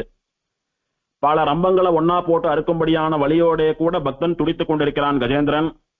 அவனை இன்னும் இம்சிக்கிறபடியா அவன் காலில் கொண்டு சுதர்சன சக்கர பிரயோகம் பண்ணினோமானா காலம் சேர்ந்து வந்துட போறது அப்படின்றதுனால எந்த இடத்துல இருந்து எந்த ஆங்கிள் இருந்து எந்த போர்ஸ்ல சுதர்சன சக்கரத்தை பிரயோகம் பண்ணினா கஜேந்திரனுடைய காலுக்கு ஒரு ஆபத்தும் வராமல் முதலைய மாத்திரம் சம்ஹாரம் பண்ண முடியும்னு பெருமாள் யோசித்து அந்த ஆங்கிள் இருந்து சுதர்சன சக்கரத்தை பிரயோகம் பண்ணினான். ஆணையின் துயர் தூர புள்ளூர்ந்து சென்று நின்று ஆடி தொட்டானை. யானையினுடைய கஷ்டத்தை தீர்க்கணும்ன்றதுக்காக அத்தனை வேகமா போனவன் நின்று ஆழி தொட்டான். ஒரு நிமிஷம் நின்று யோசிச்சு பார்த்து, யானைக்கு மேலும் துயரம் கொடுக்க கூடாது, நாம வந்தது யானையினுடைய கஷ்டத்தை தீர்ப்பதற்கு, இன்னும் அதிகப்படுத்தக்கூடாது அப்படின்னு யோசிச்சு பார்த்து, பக்தர்கள் விஷயத்துல இத்தனை வேகம் இருந்தாலும் விவேகத்தோடும் கூட நடந்து கொள்ளக்கூடிய எம்பெருமான், இவனுடைய கருணைக்கு முன்னாலே மற்ற தெய்வங்கள் எல்லாம் ஒண்ணுமே இல்லை. அப்படி ஆச்சரியமா எம்பெருமானாலே கஜேந்திரனுக்கும் முதலைக்கும் மோட்சம் விமோசனம் தரப்பட்டதான க்ஷேத்திரம். அதனால பெருமாளுக்கு கஜேந்திர வரதன், கஜேந்திரனுக்கு வரம் கொடுத்த பெருமாள். கஜேந்திரனுக்கு சிரேஷ்டமான பலம், அதாவது கஜேந்திரன் என்ன ஆசைப்படுறான், எம்பெருமான் திருவடிகள்ல பக்தி, அவன் திருவடிகள்ல கைங்கரியம், அவனுடைய திருவடியை தான் விரும்பினான். ராஜாவா இந்திரத்யும்னா இருக்கிற போதும் பெருமாள் திருவடிகள்ல தான் விரும்பினான். இப்ப யானையாக இருக்கிற போதும் பெருமாள் திருவடியை தான் விரும்புறான். அதனால அவனுக்கு வரம், அவனுக்கு சிரேஷ்டமான ஒரு அனுகிரகம் எதுன்னு கேட்டா மோட்சம் தான். அதனால கஜேந்திரனுக்கு வரம் ததாதி இதி வரதகா, சிரேஷ்டமான வரம்னு சொல்லக்கூடிய மோட்சத்தை கொடுத்த வரதன், யானைக்கு வரம் கொடுத்த, யானைக்கு மோட்சம் கொடுத்த பெருமாள் கஜேந்திர வரதராஜன், கஜேந்திர வரதன் பெருமாளுக்கு திருநாமம். இந்த கஜேந்திர மோட்ச வைபவம் பல நாள் பல இடங்கள்ல பல காலங்கள்ல பல க்ஷேத்திரங்கள்ல நடந்திருக்கு. அஷ்டபுஜகரத்திலும் இதே சரித்திரம் தான் அனுபவித்தோம். ஒரு இடத்துல இந்த கஜேந்திர மோட்ச வைபவத்தை சேவிக்கணும்னு யார் பிரார்த்திக்கிறாளோ அவளுக்காக எம்பெருமான் நடத்தி காட்டக்கூடிய லீலை இது. எந்த க்ஷேத்திரத்துல யார் பிரார்த்திக்கிறா, எந்த க்ஷேத்திரத்துல யார் யானையா போனான், எந்த க்ஷேத்திரத்துல யார் முதலையா போனான் அப்படின்னு சொல்லக்கூடிய மாற்றங்கள் மட்டும்தான் கொஞ்சம் கொஞ்சம் உண்டு. அப்படி ஹனுமான் பிரார்த்திச்சின்படி எம்பெருமான் இங்கே கஜேந்திர மோட்சம் கொடுத்ததான க்ஷேத்திரம். இந்த எம்பெருமான் ரொம்பவும் சுலபன். நாம பெருமாள் என்னதான் கஷ்டகாலமா இருந்தாலும் நம்முடைய வாகனம் கருடன், அவனை தூக்கி நாம தோல்ல போட்டு நாம வேலைக்காரனாட்டமா ஓடுறதா தப்பு. ஒரு கம்பீரமா நான் தான் பெருமாள், கருடன் எனக்கு கீழேன்னு சொல்லும்படியா எத்தனை தாமதமானாலும் பரவாயில்ல, அப்படிதான் போய் இறங்கணும் அப்படின்னு எல்லாம் யோசிக்கிறவன் இல்ல பெருமாள். சுபர்ணோ வாயு வாகனகா, காற்றை வாகனமாக கொண்டு காற்றை விடவும் மனசை விடவும் வேகமாக செல்லக்கூடியவன் கருடன். அவனுடைய வேகமும் பத்தலேன்னு தன்னுடைய அடியவனா, தன்னுடைய பக்தனா, தன்னுடைய கிங்கரனா இருந்தாலும் பரவாயில்ல, அவனை தூக்கி தோல்ல போட்டு வரேன்னு சொல்றானே பெருமாள். அத்தனை சுலபன். அத்தனை வேகமா வந்து என்ன பண்ண போறான், அடியவனுடைய துயர் தீர்த்து ரட்சிக்க போறான். அடியவர்கள் அப்படின்னு வந்துட்டா எத்தனை தூரம் வேணாலும் இறங்கி வந்துடுவான் பெருமாள். பரம பவித்திரன், பரம சுலபன். ஸ்தூவரதா, உத்தமமான விரதத்தை கை கொண்டிருக்கிறவன். என்ன விரதம், ஆத்தங்கரையில் அப்படி படுத்துண்டு சுகமா தூங்கிட்டு இருக்கானா, இல்ல யாரானும் அடியவர்கள் வரமாட்டார்களா, அது ஏன் ஆத்தங்கரையில படுத்துக்கணும், ஊருக்குள்ள எங்கேயானும் படுத்துட்டு இருந்தா கூட இங்க பெருமாள் இருக்காரா இல்லையான்னு எல்லாருக்கும் தெரியாது, ஊர் ஜனங்களுக்கு மாத்திரம்தான் தெரியும். யாரா இருந்தாலும் ஆத்துல தீர்த்தம் ஆடுறதுக்காகவோ தீர்த்தம் சாப்பிடுறதுக்காகவோ ஆத்தங்கரையில உட்கார்ந்துட்டு கட்டு சாதம் சாப்பிடுறதுக்காகவோ உட்கார மாட்டாளா நிழல்ல. ஆகையினால ஆத்தங்கரையிலே போய் படுத்துட்டோமானா வரவாள்லாம் இங்க பெருமாள் சேனிச்சுட்டு இருக்கார், வாங்கோ சேவிக்கலாம்னு போய் சேவிப்பா. வந்து சேவிக்கிறவாள் அனுகிரகம் பண்ணி அவளுடைய பிரார்த்தனைகளை நிறைவேற்றி வைக்கிறேன், சரணாகதி பண்றவாளுக்கு மோட்சம் தரேன். மனுஷன் யாரா இருந்தாலும் எப்பேற்பட்டவனா இருந்தாலும் ஆத்துக்கு போகாம இருக்க போறது இல்லை. அதனால ஆத்தங்கரையிலே படுத்துட்டு இருக்கேனே அப்படின்னு பெருமாள் வந்து ஒரு விரதத்தோட படுத்துட்டு இருக்கானாம். ஆத்தங்கரைக்கு வந்து என்ன சேவிக்கிறவா அவளுடைய கோரிக்கைகளை எல்லாம் நான் பூர்த்தி பண்ணி அவளுடைய கஷ்டங்களை எல்லாம் நான் நிவாரணம் பண்ணி அவ சரணாகதி பண்ணா அவளுக்கு மோட்சம் வரைக்கும் தரேன் அப்படின்னு மோட்ச பரியந்தமான அனுகிரகம், மோட்சம் வரைக்குமான அத்தனை அனுகிரகங்களையும் பண்ண வேண்டும் என்பதற்காக யாரானும் ஒருத்தன் வந்து சேவிக்க மாட்டானா என்று ஆற்றங்கரையிலேயே ஒரு விரதம் போலே சேனிச்சுட்டு இருக்கிற பெருமாள். ஆத்துல நித்தியம் சாப்பிடுறதுக்கு முன்னால யாரானா அதிதிகள் வராளா சாப்பிடுறதுக்கு அப்படின்னு ஆத்து வாசல்ல இருந்து கொஞ்ச காலம் பார்த்து யாரான அதிதிகள் வந்தாலானா அவளை கூட்டு சாதம் போட்டுட்டு தான் சாப்பிடணும்னு கிரகஸ்தனுக்கு சாஸ்திரம் சொல்றது. அந்த மாதிரி பெருமாள் வாசல்ல நின்றுண்டு அதித்தியை தேடுறது போல ஆத்தங்கரையிலேயே படுத்துண்டு அடியார்களை தேடிட்டு இருக்காங்க. எத்தனை உத்தமமான பெருமாள், இப்படி ஒரு உத்தமமான விரதம் கொண்டிருக்கிற பெருமாள் சூரத்தன். சித்தன், சித்தன் அப்படின்னா யானையாட்டமா நாம 1000 வருஷம் காலம் போராடி ஆதி மூலமேன்னு கூட்டா வர வேண்டாம். அவன் அந்த யானைக்காக அன்னைக்கு வந்தவன் இன்னைக்கும் சயனிச்சுட்டு இருக்கான். ரொம்ப சித்தமா ரொம்ப ரெடியா காத்துட்டு இருக்கான் பெருமாள். நாம தபஸ் பண்ணி யாகம் பண்ணி எல்லாம் பெருமாள் வரணும்னு அவசியம் இல்லை. ஏற்கனவே நமக்காக ஹனுமாரும் கஜேந்திரனும் இங்க பெருமாளை வரவழைத்திருக்கா. அந்த பெருமாளை சேவித்தா போறோம். அந்த பெருமாளிடத்துல நமகான்னு சொன்னா போறோம். அவனை சரணாகதி பண்ணா போறோம். அவனிடத்துல பிரார்த்தனைகளை வைத்தா போறோம். அப்படி ரொம்ப சித்தமா ரெடியா காத்துட்டு இருக்கிற பெருமாள். சத்ருஜித், சத்ரு தாபனன்னு பெருமாளுக்கு பேரு. அதாவது எதிரிகளை வென்றவன், பக்தாளுடைய விரோதிகளை தன் விரோதிகளாக நினைத்து அழிப்பவன். தன் பக்தனான கஜேந்திரனுக்கு விரோதியா இருந்துட்டு ஹிம்சை பண்ணிட்டு இருந்த முதலையை தன்னுடைய சத்ருவாக நினைத்து சம்ஹாரம் பண்ணி ரட்சித்த எம்பெருமான். அப்படி பக்தாலான நம்முடைய விரோதிகளை இல்லாமல் பண்ணிவிடக்கூடியவன். கோவில் அமைப்புன்னு பார்த்தால் காவிரி கொள்ளிடம்னு சொல்லக்கூடிய 2 ஆறுகளுக்கு நடுவே எம்பெருமான் சயனித்துக் கொண்டிருக்கக்கூடிய உத்தமமான திவ்யதேசம். இந்த காவிரி ஆத்தங்கரையிலே எம்பெருமான் சயனிச்சின்றிருக்கானே, ரொம்ப ரம்யமான ஏகாந்தமான ஒரு கிராமம். இன்னைக்கும் ரொம்ப நிசப்தமாக இருக்கக்கூடிய ஆச்சரியமான ஒரு கிராமம். வயல்வெளிகளும் செடி கொடி மரங்களும் நிறைந்திருக்கக்கூடிய பசுமையான கிராமம். இன்னைக்கும் ஆத்தங்கரையில ஒரு விஸ்தாரமான பழைய காலத்து அமைப்புல இருக்கக்கூடிய மண்டபம் உண்டு. அந்த மண்டபத்துக்கு நடுவுல ஒரு கண்ணனும் எழுதிருக்கார். பழைய காலங்கள்ல உற்சவங்கள்லாம் நடந்துட்டு இருந்த போது பெருமாள் அங்க எழுந்தருளி தீர்த்தவாரி எல்லாம் ஆனதாக சொல்றா. 5 நிலைய ராஜகோபுரம். ராஜகோபுரத்தை சேவிச்சுட்டு உள்ள போனோமானா துவஜஸ்தம்பம், துவஜஸ்தம்பத்துக்குள்ள கர்ப்பகிரகம், கருடனுக்கு முன்னாலே பெருமாள் ஆச்சரியமா சயனிச்சுருக்கார். பெருமாளை சேவிச்சுட்டு வெளியில வந்தோமானா கஜேந்திர வரத வைபவத்தை விளக்கக்கூடியதான சந்நிதி, சுதர்சனர் சந்நிதி. பிரதட்சிணமா வரைச்ச தனி கோயில் நாச்சியாரா பொற்றாமரையால் ரமாமணி வள்ளி தாயார் சேவை சாதிக்கக்கூடிய தாயார் சந்நிதி, யோக நரசிம்மர் சன்னதி, சுதர்சனர் சன்னதி, ஆழ்வார் ஆச்சாரியர்கள் சன்னதி. இதுதான் கோயில். கஜேந்திர புஷ்கரணின்னு சொல்லக்கூடியது பிரதானமான தீர்த்தம். எம்பெருமான் இங்கே கஜேந்திர வரதராஜன், கஜேந்திரனுக்கு மோட்சம் கொடுத்தவன். அந்த வைபவம் நடந்த புஷ்கரணி கஜேந்திர புஷ்கரணி. அதனால பிரதானமான தீர்த்தம் அது. கோவிலுக்கு சற்று வெளியே கிழக்கு திசையிலே அமர்ந்திருக்கிறது. கோயிலுக்குள்ள இருக்கக்கூடிய கபில தீர்த்தம்னு சொல்லக்கூடிய ஹனுமானாலே பிரதிஷ்டிதமான தீர்த்தமும் உண்டு. உற்சவம்னு பார்த்தால் கடந்த நூற்றாண்டுக்கு முன்னாலே வரைக்கும் வைகாசி மாசம் வைகாசி விசாகத்தன்னைக்கு தேர் திருவிழா நடைபெறும்படியா 10 நாள் பிரம்மோற்சவம் நடந்துட்டு வந்தது. வருமானம் இல்லாதபடியினாலே, வாகனங்கள்லாம் சிதிலமா போயிட்டபடியினாலே, ஸ்ரீ வைஷ்ணவாளுடைய சம்ருத்தி குறைந்து விட்டபடியினாலே கிட்டத்தட்ட 100 வருஷமா பிரம்மோற்சவம் நடக்கலன்னு சொல்றா. நடந்து கொண்டிருந்த நாள்ல வைகாசி விசாகம் தேர் ரதோத்சவம் நடக்கும்படியா பிரம்மோற்சவம். ஆனா கஜேந்திர மோட்சம் தான் இங்க ஸ்தல புராணமானபடியினாலே இன்னைக்கும் கஜேந்திரனுக்கு மோட்சம் கொடுத்த நாளான ஆடி பௌர்ணமி அன்னைக்கு கஜேந்திர மோட்ச வைபவ உற்சவம்னு சொல்லக்கூடிய கருட சேவை ரொம்ப பிரசித்தியா நடக்கிறது. இங்கே அவசியம் சேவிக்க வேண்டியதான உற்சவம். புரட்டாசி சனிக்கிழமைகள்ல பெருமாளுக்கு விசேஷ திருமஞ்சனம். ஆடி மாசமும் தை மாசமும் வெள்ளிக்கிழமைகள்ல ரமாமணி வள்ளி தாயாருக்கு விசேஷ திருமஞ்சனம் ஆஸ்தானம். அக்ஷய திருத்தீய அன்னைக்கு கருட சேவை. இதெல்லாம் இங்க நடக்கக்கூடியதான உற்சவங்கள். வாகன உற்சவம்னு பார்த்தா ஆடி பௌர்ணமிக்கு ஒரு கருட சேவை, அக்ஷய திருத்தீய அன்னைக்கு ஒரு கருட சேவை நடக்கிறது. அவ்வளவுதான் இப்போதைக்கு நடக்கிறது. திருமழிசை பிரான் அனுபவிக்கிறார். கடல் கிடக்கும் திருப்பார்கடலிலே சயனித்துக் கொண்டிருக்கக்கூடிய எம்பெருமான். திருப்பார்கடல்ல பெருமாள் சயனிச்சென்றிருக்கார். அவரை யாரெல்லாம் சேவிக்கிறா, யாரெல்லாம் சேவிக்க முடியும்? பிரம்மா, ருத்ரன், இந்திரன் முதலான தேவர்கள் மட்டுமே சேவிக்கலாம். ரிஷிகள் மட்டுமே சேவிக்கலாம். மனுஷியா போய் சேவிக்க முடியாது. அவன் யாருன்னா மாயன். ஆச்சரியமானவன், ஆச்சரியமான சேஷிதங்களை உடையவன். லோகமே அவனுடைய மாயைக்கு வசப்பட்டது. பிரம்மா, ருத்ரன், இந்திரன் முதலான யாரும் அவனுடைய மாயைக்கு வசப்பட்டவர்களே ஒழிய அவனுடைய மாயையை ஜெயிக்க முடிஞ்சவா கிடையாது. அப்பேற்பட்ட மாயம்னு சொல்லக்கூடிய விசேஷமான ஆச்சரிய சக்தியோடு கூட விளங்குகிற எம்பெருமான் க்ஷீராப்திநாதன். ஆற்றங்கரை கிடக்கும் கண்ணன். திருப்பார்கடல்ல பிரம்ம, ருத்ர, இந்திரர்களுக்கு மட்டுமே சேவை சாதிக்கக்கூடிய, பெரிய ரிஷிகளுக்கு மட்டுமே சேவை சாதிக்கக்கூடிய பெருமாள் அவா மட்டும் சேவிச்சுருந்தா எப்படி? நம்மளாட்ட சாதாரண மனுஷாலும் சேவிக்கணுமே, பூலோகத்திலே இருக்கக்கூடிய ஜீவன்கள்லாம் சேவிக்கணுமேன்றதுக்காக பெருமாள் ஒரு க்ஷணம் யோசித்தானாம். நாம இந்த திருப்பார்கடல்ல படுத்துட்டு இருந்தா, கடல் கிடந்தால் எப்படி?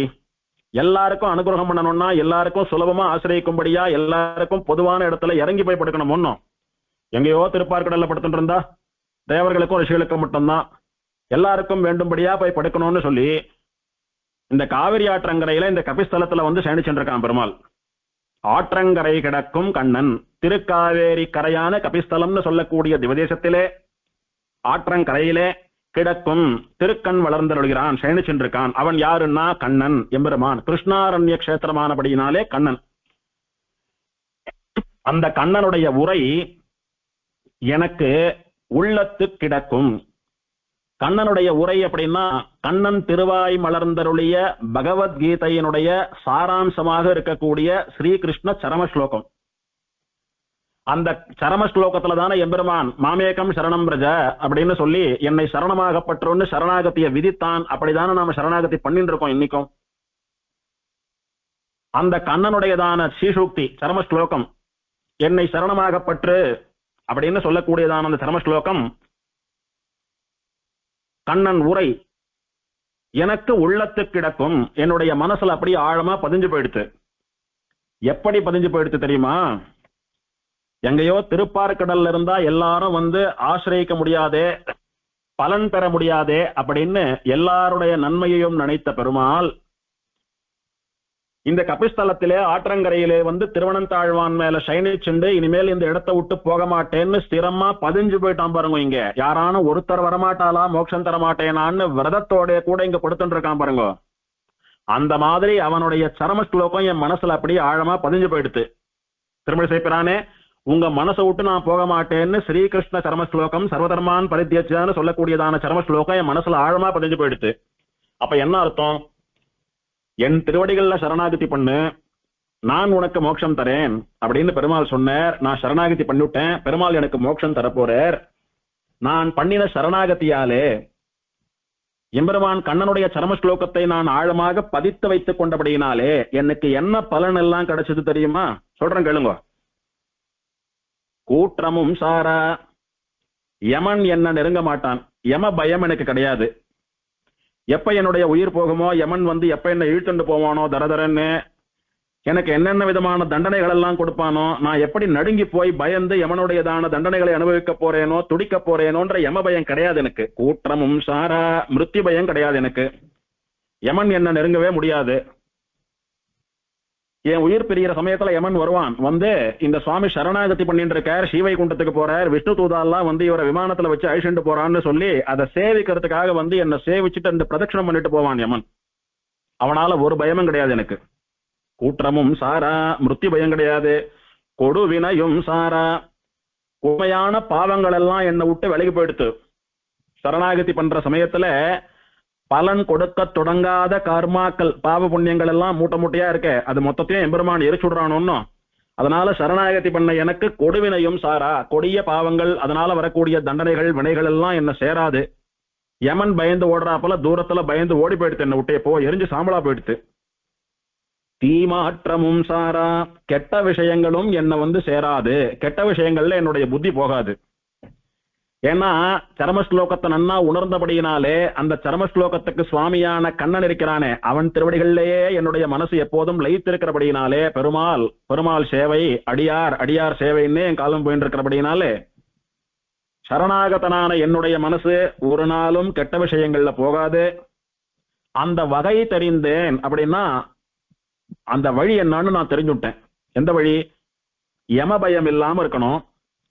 பாவ புண்ணியங்கள் எப்ப என்ன பண்ணி நம்மள வந்து கஷ்டப்படுத்துமோன்னு அந்த வினைகளை கண்டு நடுங்காம இருக்கணும். கெட்ட விஷயங்கள்ல நம்முடைய மனசும் சரீரமும் ஆத்மாவும் போயிடுமோ அப்படின்ற பயம் இல்லாம இருக்கணும். இந்த 3 பயமும் இல்லாமல் இருக்கிறவன் சாஸ்வதமான நிரந்தரமான அனுபவத்தை, மோட்சத்தை, ஆனந்தத்தை பெறலாம். அதுக்கு என்ன வழின்னு யோசிச்சு பார்த்த போது கண்ணனுடைய சரம ஸ்லோகம் ஞாபகம் வந்தது எனக்கு. அந்த சரம ஸ்லோகத்தை நன்னா நான் புரிஞ்சுண்டு மனசுல வச்சுண்டு அதன்படி நடக்கிறேன். எனக்கு யம பயமும் கிடையாது, கர்மாவினாலே வரக்கூடிய பயமும் கிடையாது, கெட்ட விஷயங்கள்ல போய் சீரழிஞ்சு போயிடுவேணும்னு சொல்லக்கூடிய பயமும் கிடையாது. இப்படி சரம ஸ்லோகத்தை சொல்லி என் மனசுல நிறுத்தி யம பயமும் கர்ம பயமும் கெட்ட விஷயங்கள்ல போயிடுவோமோன்ற பயமும் இல்லாமல் பண்ணின பெருமாள் யார் தெரியுமா? திருப்பார்கடல்ல சயனிச்சென்றிருக்கிற பெருமாள். இல்ல அந்த திருப்பார்கடல்ல இருந்தா பலராலும் ஆசிரியிக்க முடியாதுன்னு சொல்லி இறங்கி வந்து கபிஸ்தலத்துல ஆற்றங்கரையில சயனிச்சென்றிருக்கிற பெருமாள் அவன்தான் கண்ணன் அப்படின்னு திருமழிசை பிரானுடையதான மங்களாசாசனம். ஆற்றங்கரை கிடக்கும் கண்ணன் அப்படின்னா கபிஸ்தலம் கஜேந்திரவரதன் அப்படின்னு பூர்வாச்சாரியர்களுடைய நிர்ணயம். சர்வபாபேபியோ மோக்ஷயிஷ்யாமி மாசுஜக அப்படின்னு சொன்ன கண்ணன் இங்க வந்து சயனிச்சுருக்கான். மாம் ஏகம் சரணம் பிரஜா, நான் ஒருத்தனே சரணாகத்தின்னு பற்றுன்னு அன்னைக்கு சொன்னதை இன்னைக்கு பண்ணி காட்டு படுத்துட்டு இருக்கான் பெருமாள். அவன் பிரதிஜ்ஞை தவறாதவன், சத்தியம் தவறாதவன், வாக்கு மாறாதவன். அதனால சொன்ன வார்த்தையை என்னைக்கும் காப்பாற்றக்கூடியவன். கபிஸ்தலம் போங்கோ, கஜேந்திரவர்தன சேவிங்கோ, நமகான்னு சொல்லி அவன் திருவடி வாரத்துல சரணாகதி பண்ணுங்கோ, நிச்சயமும் உங்களுக்கு மோட்சம் கிடைக்கும். ஒரு கெட்ட விஷயமோ ஒரு பாவமோ யமனோ உங்களை அணுகிறதுக்கு பயப்படுவா, கிட்ட வரவே பயப்படுவா அப்படின்னு ஆழ்வார் சாதிக்கிறார்.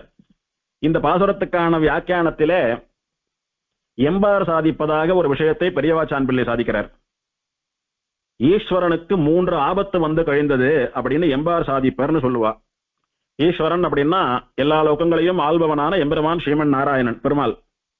அவனுக்கு 3 ஆபத்து வந்து கழிந்ததாம். 3 ஆபத்து வந்ததுன்னா 3 ஆபத்துல பெருமாள் மாட்டியும்டேர்னு அர்த்தம். 3 ஆபத்து வந்து கழிந்ததுன்னா 3 ஆபத்து வந்தது, ஆனா பெருமாள் அதுல இருந்து உஷாரா எஸ்கேப் ஆயிட்டார்னு அர்த்தம். என்ன 3 ஆபத்து யாரால வந்ததுன்னா, முதல் ஆபத்து கஜேந்திரனால வந்தது, 2வது ஆபத்து திரௌபதியினாலே வந்தது, 3ஆம் ஆபத்து பிரகலாதாழ்வானாலே வந்ததுன்னு சொல்றார் எம்பர். கஜேந்திரன் முதல வாயில காலை விட்டு மாட்டிண்டு துடிச்சுட்டு இருக்கான். அந்த சமயத்துல இந்திரா காப்பாத்து, ருத்ரா காப்பாத்து, பிரம்மா காப்பாத்து, விஷ்ணு காப்பாத்துன்னு பேரை சொல்லல, யாரையும் அட்ரஸ் பண்ணி எல்லாம் கூப்பிடல. ஆதி மூலமே ஜெகத்காரணமே இந்த உலகங்களை எல்லாம் படைத்து ரட்சித்து அனுகிரகித்துக் கொண்டிருப்பவன் எவனோ, எல்லா உலகங்களையும் படைத்தவன் எவனோ அவன் வந்து என்னை ரட்சிக்கட்டும் அப்படின்னு அனானிமஸா பேர் சொல்லாம பொதுவாத்தான் சொல்லித்து. இந்த யானை படுற துயரத்தை பார்த்து யாரையானும் கூப்பிடாதா, நாம போய் உபகாரம் பண்ண மாட்டோமா, நாம போய் முதலைய சம்ஹாரம் பண்ணி யானையை காப்பாற்ற மாட்டோமான்னு சொல்லி இதனுடைய பிளிரல் சத்தத்தை கேட்டு பிரம்மா ருத்ரன் இந்திரன் 33 கோடி தேவர்களும் ஆகாசத்துல சூழ்ந்து நிற்கிறாளாம். இது முடிஞ்ச மட்டும் தன்னைத்தானே காப்பாத்திக்கலான்னு போராடின்னு இருக்கு. முடியலன்ற பட்சத்துல அப்படி தும்பிக்கைய தூக்கி பிளிரி யாரையானும் கூப்பிடலான்னு முயற்சி பண்ணி அதனுடைய பாஷையில ஓன்னு கத்தித்து ஓ அப்படின்னு சொல்றச்சையே பிரம்மா ருத்ரன் இந்திரன் இவாள்லாம் ஒரு காலை அப்படியே முன்னாடி எடுத்து வச்சாலாம்.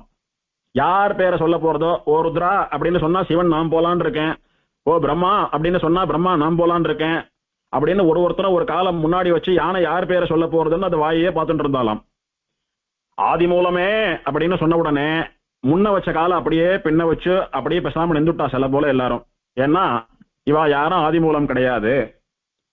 எவன் ஒருத்தன் யாரும் இல்லாத போது இருந்தானோ, ஏகோஹவை நாராயண ஆசீத்து, ஸ்ரீமன் நாராயணன் ஒருத்தன் மட்டுமே இருந்தான். ந பிரம்மா, பிரம்மா இல்ல, ந ஈசானக, சிவன் இல்ல அப்படின்னு ஒன்னும் தேவும் உலகும் உயிரும் மற்றும் யாதுமில்லா அன்று நான்முகன் தன்னோடு தேவருலகோடு உயிர் படைத்தான்னு சொல்லும்படியான எம்பெருமான் தான் ஆதிமூலம், ஜெகத் காரணம். அதனால அந்த எம்பெருமான் என்னை கூட்டுட்டான், நான் போறேன்னு புறப்பட்டு வரான். இங்கே நம்ம தேசிக சம்பிரதாயத்தினுடைய ஒரு சூக்ஷ்மம் தெரிவிக்கப்படுகிறது. என்னன்னா, சரணாகதி அப்படின்னு நாம பண்ணினாதான் பெருமாள் மோட்சம் கொடுப்பார். சரணாகதி கூட பண்ண வேண்டாம், அவனே கொடுப்பான்னா கொடுக்க மாட்டான். பரநியாசம் பண்ணிண்டாதானே மோட்சம்னு சொல்றோம். அந்த சரணம்னு சொல்லக்கூடியது நாமளா நமக்காக பிரார்த்திக்கிறோமோ இல்ல ஆச்சாரியன் நமக்காக பிரார்த்திக்கிறாரோ, சரணாகதி அப்படின்னு ஒண்ணு பண்ணிண்டாதான் நமக்கு மோட்சம். கஜேந்திரன் தானே கூட்டான் எம்பெருமான் இடத்துல, அதை சரணாகதியாக எம்பெருமான் ஏற்றுக்கொண்டு வந்தான், ரட்சித்தான் இல்லையா?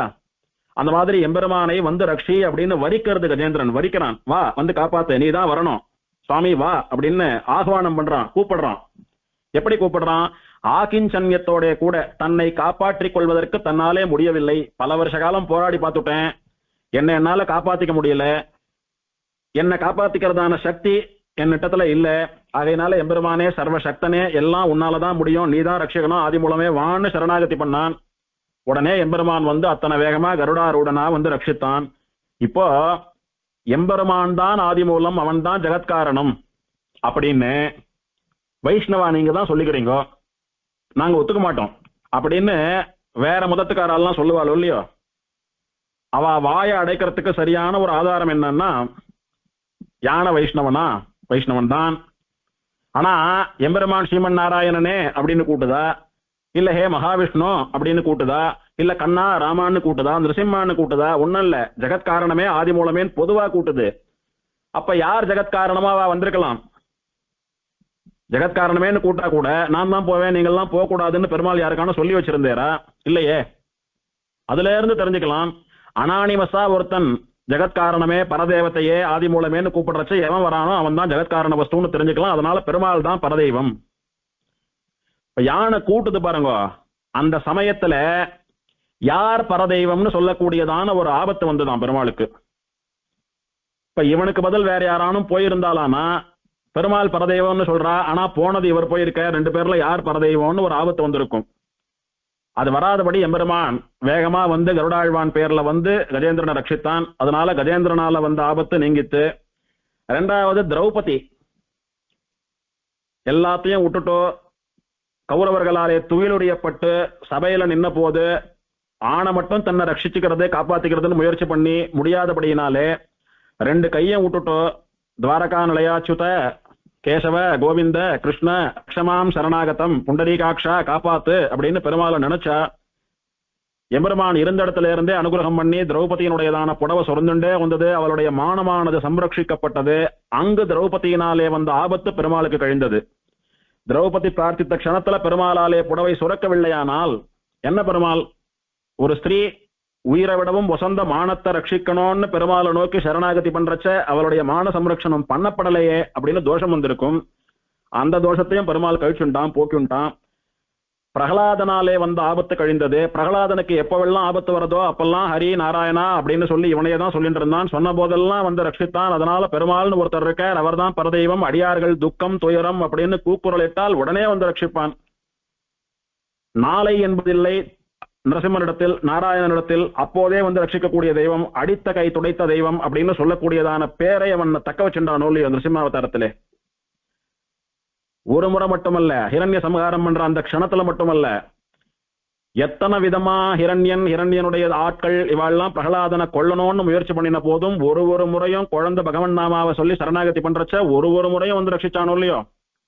இப்படி கஜேந்திரன் திரௌபதி பிரகலாதன் இவர்களாலே இவா 3 பேராலே பெருமாளுக்கு ஆபத்து வந்தது. வந்த ஆபத்தை பெருமாள் கழித்து கொண்டான் அப்படின்னு எம்பார் ரசமா அருளி செய்வர். அதிலே ஒண்ணு இந்த கஜேந்திர மோட்ச சரித்தம். பிள்ளை பெருமாள் ஐயங்காருடையதான பாசுரம். காணியும் இல்லமும் கைப்பொருளும் ஈன்றோரும் பேணிய வாழ்க்கையும் பேருறவும் சேனில் புவித்தளத்தில் இன்பமும் பொங்கரவம் ஏறி கவித்தளத்தில் கண்துயில் ஓன் கால்.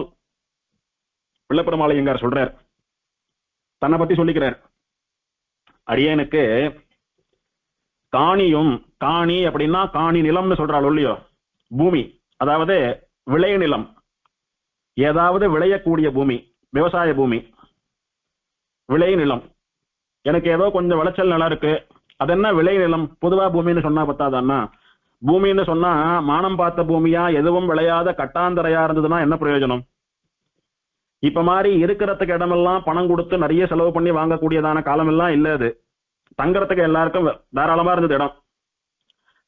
என்ன வேணும் முக்கியமானா விளை நிலம், விளைச்சல் நிலம்.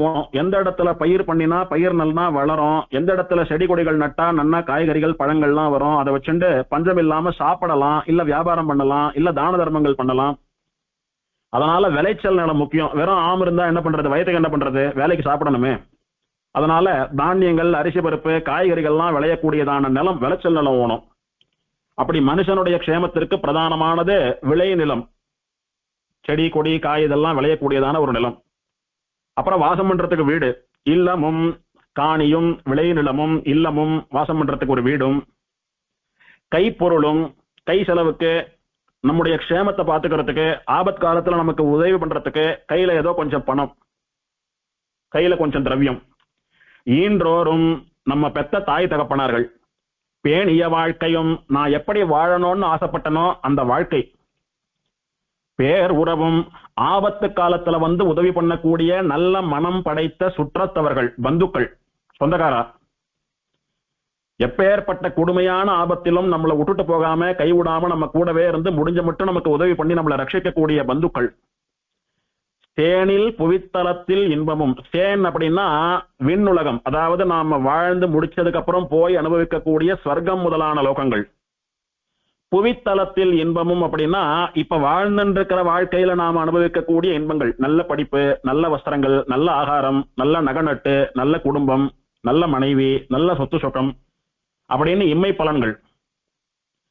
இது எல்லாமே இது தெரியுமா எனக்கு?